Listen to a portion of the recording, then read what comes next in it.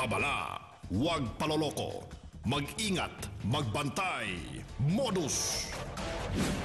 Dito sa Modus, ang bawat estilo ng kawatan naming tatalupan, gaya na lang ng manlilinlang na nalambat ng T3 ang racket niya.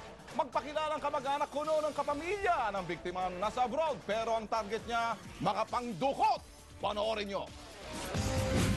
Laking gulat ng kambal na sila Edmond at Joshua nang lapitan sila ng isang babae. Pakilala nito, kanila raw tiyahin.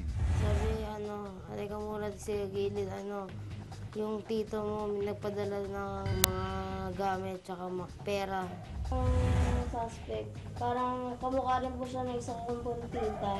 Dinaan daw sila sa kwento ng mahaderang tiyahin kuno nang malingat ang kambal sa katinukot ng kolokay ang kanilang cellphone. Mabilis na itinago ang naharbat na cellphone sa kanyang payong. Kilos prontong nang hingi ng tulong sa taong bayan ng dalawa.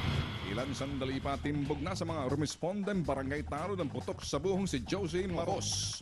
Itong taong ito ay matagal na po namin sinosurveillance at sa tulong din po ng mga bata na nabibiktima niya at ng mga guro upang ipatala yung mga ginagawang modus ito ni Josie Maros.